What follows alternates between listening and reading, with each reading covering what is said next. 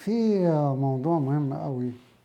لو احنا بنتكلم على الوراثة في كل بلد، يعني لما نيجي نتكلم على اليهود الأشكنازي، كل الناس في أوروبا وأمريكا عارفين أي يهودي أشكنازي المفروض يفحص نفسه لأمراض معددة، 1 2 3 4 لازم. فليه؟ لأنه الجين ده منتشر في الأشكنازي. فكل شعب له أولويات في الفحص الوراثي.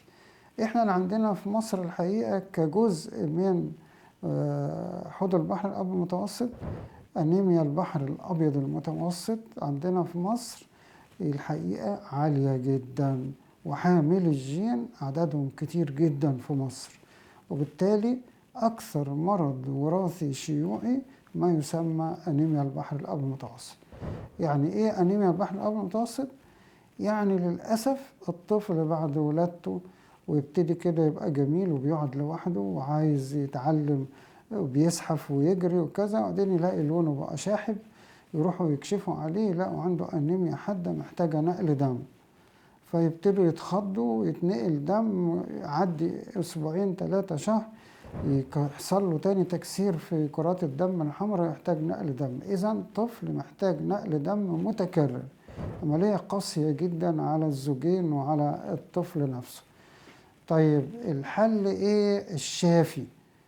الحل الشافي انه انت بتنقل الدم، وبعدين الحديد بيزيد بيترسب في أماكن كتيرة، تيجي تدي علاج لده، ده يتلخبط تدي علاج لده، ففي حدود ما هو متاح الدنيا بتبقى صعبة جدا.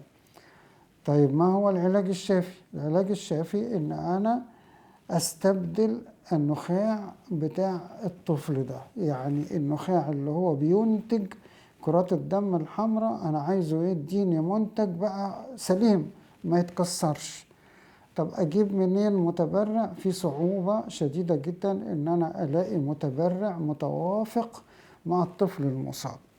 العالم اكتشف وتكنولوجيا الفحوصات الوراثية تقدمت بعنف، بحيث إنه ممكن نشجع السيدة اللي عندها طفل زي كده إن إحنا نرتب لها حمل مساعد عن طريق الحقن المجهري وأطفال الأنابيب، بحيث إن هي يبقى عندها مثلا 8 أجنة 10 أجنة 12 جنين أو أكتر، وبعد كده نقوم واخدين الأجنة دي فحصنها لحاجتين: فحصنها إن هي خالية من جينات الأنيميا البحر الأبيض المتوسط، وفحصنها إنه نختار جنين متوافق مع الطفل المصاب.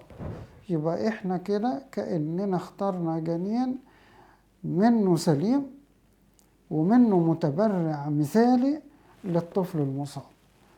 طيب أنا هخلف الطفل ده وبعدين أخده وأنقل النخاع بتاعه لأخته أو أخوه المصاب؟ لا، مش كده.